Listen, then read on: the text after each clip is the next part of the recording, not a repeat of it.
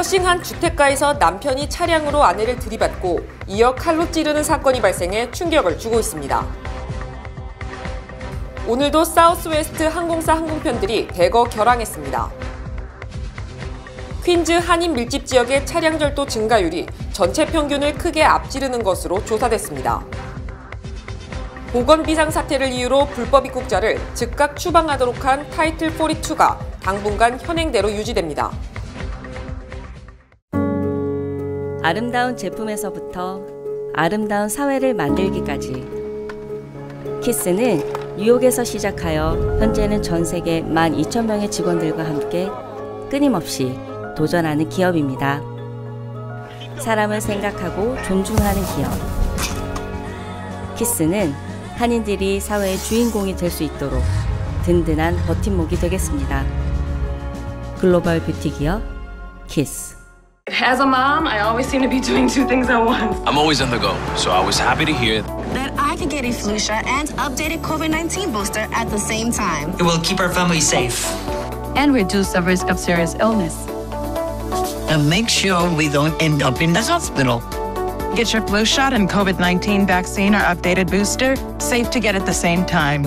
It's twice the protection and twice the peace of mind. Call 311 or visit nyc.gov/vaccine finder. 시청자 여러분 안녕하십니까? 12월 28일 수요일 TKC 뉴스데스크 첫 소식입니다. 한인 밀집 지역인 플러싱 한 주택가에서 남편이 차량으로 아내를 들이받고 이어 칼로 찌르는 사건이 발생해 충격을 주고 있습니다. 박하율 기자가 보도합니다. 어제 오전 5시 30분경 퀸즈 플러싱 파슨스 블러버드와 프랭클린 애비뉴 사이의 한 주택가에서 36세 스테픈 지라로는 하얀색 포드 익스플로러로 아내를 들이받았습니다. 아내를 들이받고 차량은 옆으로 뒤집혔으며 차량에는 6살과 9살, 11살의 아이들이 탑승해 있던 것으로 밝혀져 더 큰 충격을 주고 있습니다. 이 남성의 범행은 여기서 끝나지 않았습니다. 뒤집혀진 차 밖으로 나온 지라로는 그대로 쓰러진 아내에게 다가가 복부 등을 칼로 찔렀다고 뉴욕시경은 밝혔습니다. MTA 버스기사로 밝혀진 이 남성은 살인미수, 폭행, 흉기 소지 혐의 등으로 기소됐습니다. 경찰은 피해 여성이 위독한 상태로 인근 병원으로 옮겨졌으며 차량에 탑승해 있던 아이들은 다치지 않았다고 밝혔습니다. 범인은 현재 MTA로부터 정직 처분을 받았으며 경찰은 가정 내 불화를 사건의 원인으로 보고 있습니다. 오늘도 사우스웨스트 항공사 항공편들이 대거 결항하면서 각 공항들의 발이 묶인 승객들로 넘쳐나고 있습니다. 사우스웨스트 항공사는 오늘 전국적으로 2,500편 이상 항공편들을 취소했습니다. 항공편 추적 사이트 플라이트 어웨어에 따르면 전국적으로 오늘 취소된 항공편은 모두 2,769편인데 이 가운데 사우스웨스트 항공편이 2,507편에 달합니다. 또 내일 취소된 전체 항공편도 2,373편에 이릅니다. 연방교통부는 27일 사우스웨스트 항공의 결항률은 받아들일 수 없는 수준이라며 회사가 의무를 다하고 있는지 확인하겠다고 발표했습니다. 교통부는 사우스웨스트 항공이 결항 및 지연에 어떤 조치를 하고 있으며 고객 서비스 방침을 준수하고 있는지 들여다볼 것이라고 설명했습니다. 올해 뉴욕시에서 차량 절도 범죄가 32%나 급증했으며 퀸즈 한인 밀집 지역의 차량 절도 증가율이 전체 평균을 크게 앞지르는 것으로 조사됐습니다. 뉴욕시경은 올해 1월부터 지난 18일까지 뉴욕시 전체에서 발생한 차량 절도 사건이 13,182건으로 지난해 같은 기간 9,996건보다 31.9% 증가했다고 밝혔습니다. 특히 퀸즈 한인 밀집 지역의 차량 절도 사건은 뉴욕시 평균을 훨씬 앞지르고 있어 각별한 주의가 요구됩니다. 플러싱 지역인 백구 경찰서 관내에서는 올 들어 차량 절도 사건이 276건 발생, 지난해보다 44.5% 늘었고 베이사이드 지역인 111 경찰서 관내에서는 118건이 발생해 지난해보다 무려 73.5% 폭증했습니다. 또 107 경찰서가 75.3%, 112 경찰서는 58%, 114 경찰서와 115 경찰서는 약 56%를 기록, 퀸즈 지역이 다른 지역보다 차량 절도가 많았습니다. 보건 비상사태를 이유로 불법 입국자를 즉각 추방하도록 한 타이틀 42, 이른바 긴급조치 42가 당분간 현행대로 유지됩니다. 연방대법원은 오늘 당초 지난 21일 폐기될 예정이었던 긴급조치 42호에 대한 중단유예를 무기한 유지하라고 명령, 결국 긴급조치 42호가 종결되지 않고 즉각 추방이 계속 시행됩니다. 이에 따라 긴급조치 42호를 해제하고 다시 불법 입국자의 난민 신청 판정 때까지 미국 체류를 허용하려던 바이든 행정부의 희망은 사실상 무산됐습니다. 긴급조치 42호는 2020년 3월 코로나19 대확산을 막기 위해 트럼프 행정부가 보건 비상사태를 이유로 육로 국경을 넘은 불법 입국자의 난민 신청을 허용하지 않고 즉각 추방토록 한 조치입니다. 미국 시민자유연맹은 이 정책이 국제법에 위반되는 데다 반인권적이며 코로나19 백신이 개발됨으로써 존재 이유가 사라졌다고 폐기 소송을 제기했고, 워싱턴 DC 연방법원은 이달 21일부로 이를 폐기하라고 판결했었습니다. 그러나 남부 국경지대의 보수 성향의 주들이 이에 반발, 연방대법원의 판결 집행 중단을 요구하는 긴급 청원을 제기했고, 연방대법원은 이를 평의에 회부한 뒤 중단 유예 명령을 내린 것입니다. 2022년 SJ 댄스 페스티벌이 지난 15일 성황리에 개최됐습니다. 2022년 SJ 댄스 페스티벌이 지난 15일 리셉션 하우스에서 라엘 웨딩그룹, 킴스 보석 등의 협찬과 함께 성황리에 개최됐습니다. 이날 열린 댄스 페스티벌은 한추희 문준호 회장과 김기철, 한창영 전 뉴욕 한인회장의 축하 메시지 영상으로 시작을 알렸습니다. 이어 초등부와 중등부, 성인부의 댄스 공연이 있었으며 에어로빅 공연 및 게임을 통한 상품 증정의 행사가 함께했습니다. 공로상과 모범 회원상, 베스트 드레서 시상식도 이어졌습니다.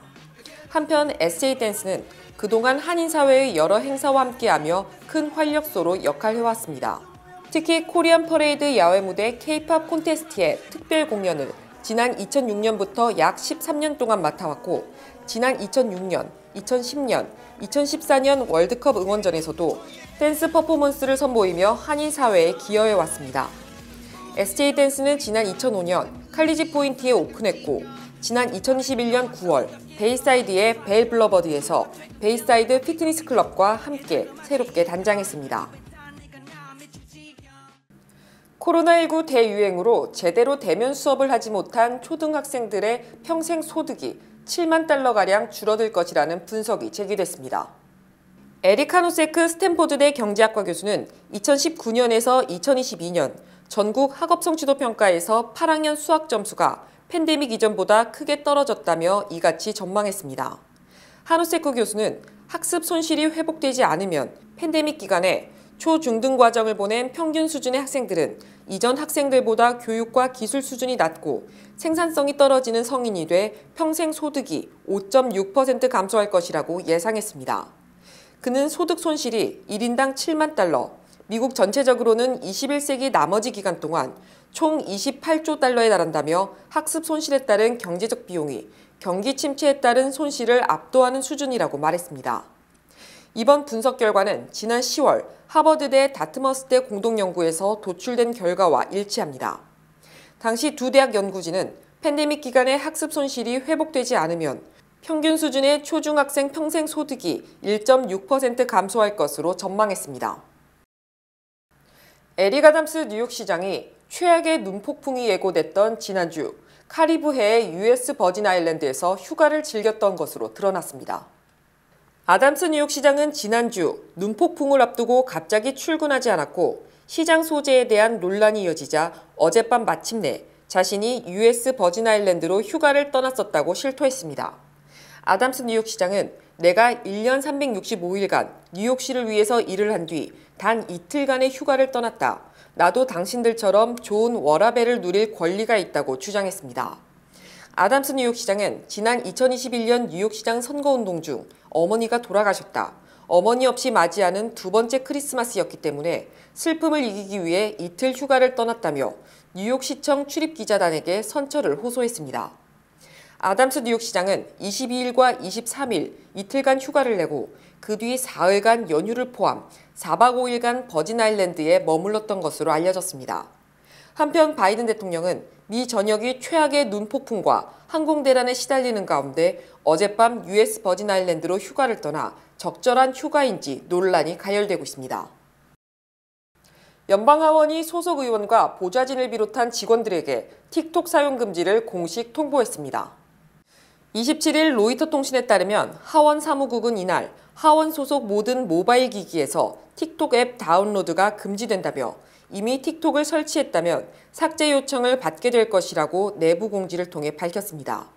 하원이 문제 삼은 것은 틱톡의 보안입니다.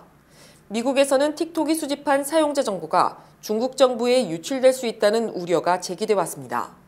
지난 22일에는 틱톡의 모 회사 바이트댄스 직원들이 미국과 영국 기자들의 사용자 계정 데이터에 무단 접근한 사실이 드러나기도 했습니다.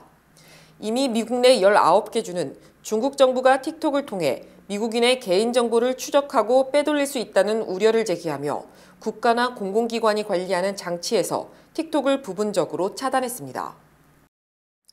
중국의 코로나19 환자가 폭발적으로 증가함에도 불구하고 방역 규정을 대폭 완화함에 따라 미국 정부가 중국인 입국자에 대한 방역 규정 강화를 고려하고 있습니다. 미국 정부는 중국 당국의 코로나19 감염자 관리 등과 관련해 투명한 자료가 부족하며 최근 제로 코로나 방역 대책을 포기, 확진자가 폭증하고 있다고 지적했습니다. 미국 정부는 특히 내년 1월 8일부터 중국 정부가 자국민 및 외국인의 입국 때 방역 조치도 해제함으로써 중국인의 미국 여행이 급증할 것으로 보고 이들로 인해 미국 내 코로나19가 다시 확산될 가능성을 우려하고 있습니다. 이에 앞서 일본은 오는 30일부터 중국에서 입국하는 모든 사람에 대해 강제로 코로나19 검사를 시행하기로 했으며 한국 정부도 중국발 입국자에 대한 방역 대책을 마련하고 있습니다. 지난 8월에 쏘아 올린 한국의 첫 번째 달 탐사선 다누리가 목표 궤도에 성공적으로 안착했습니다. 앞으로 자세 변경과 기기 점검을 거쳐 내년 1월부터 본격적인 달 탐사에 돌입합니다. 서동균 기자입니다. 한국항공우주연구원은 달 탐사선 다누리가 그제 오전 11시 6분쯤 임무 수행을 위한 목표 궤도인 달 상공 100km 지점에 도달했다고 밝혔습니다. 지난 17일 달 중력에 안정적으로 진입한 뒤 9일 만입니다. 다누리는 임무 궤도로 내려가기 위해 5번의 진입 기동을 준비했는데 2차와 4차 때 예정됐던 것보다 2배의 추력을 내면서 3번 만에 도착할 수 있었습니다. 다누리는 현재 2시간에 한 번씩 달을 돌면서 달 탐사를 준비하고 있습니다.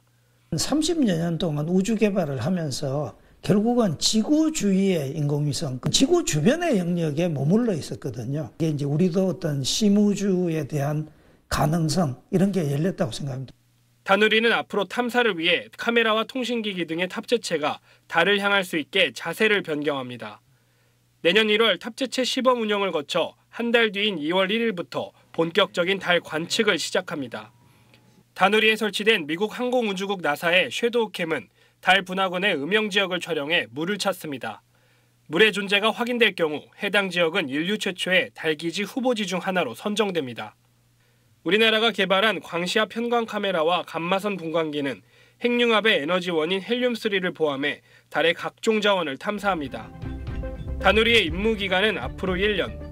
다누리를 통해 축적된 우리나라의 우주 탐사 역량은 이후 2032년 국내 첫 달 착륙선 발사로 이어질 전망입니다. SBS 서동균입니다.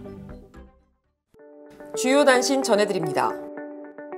오는 1월 7일 시티필드에서 메이저리그 야구 뉴욕 매치에 스티브 코엔 구단주가 윌레츠 포인트 재개발 부지 관련 주민 공청회를 개최합니다. 러시아가 자국산 원유를 배럴당 $60 상한제를 적용하는 국가들에 대해서는 석유를 수출하지 않겠다고 발표, 유럽연합의 유가 상한제가 위기에 처했습니다. 버팔로가 최악의 폭설로 많은 사상자를 낸 가운데 버팔로 북쪽 25마일 지점의 나이아가라 폭포가 폭탄으로 부분적으로 얼어붙은 것으로 확인됐습니다. 크리스마스 이브인 지난 24일 밤 9시쯤 LA 국제공항에서 아시아나항공 A350 여객기가 이륙 준비 중 트램과 엔진이 충돌, 운항이 취소되는 불상사가 발생했습니다. 일본의 한 싱크탱크 조사 결과 세계에서 가장 경쟁력이 있는 도시는 영국의 런던이며 뉴욕이 2위, 도쿄가 3위, 서울이 7위를 기록했습니다. 지난 2013년 600년 만에 처음으로 자진은퇴를 했던 올해 95세의 베네딕트 16세 전 교황이 생명이 위독한 상태이며 프란치스코 교황은 베네딕트 전 교황을 위한 기도를 당부했습니다. 지난 23일 뉴저지주 트렌튼의 한 주택 쓰레기 봉투에서 토막 시신이 발견돼 경찰이 수사에 나섰습니다. CNN은 이민법원과 연방이민국에 계류된 망명 신청이 160만 건으로 역대 최대를 기록했으며 이 중 이민법원에서 아직 처리하지 않은 망명 신청은 78만 7,882건으로 2012 회계년도 10만 건에 약 8배에 달한다고 보도했습니다. 이상으로 12월 28일 수요일 TK 뉴스데스크 여기서 마치겠습니다. 시청해주신 여러분 고맙습니다.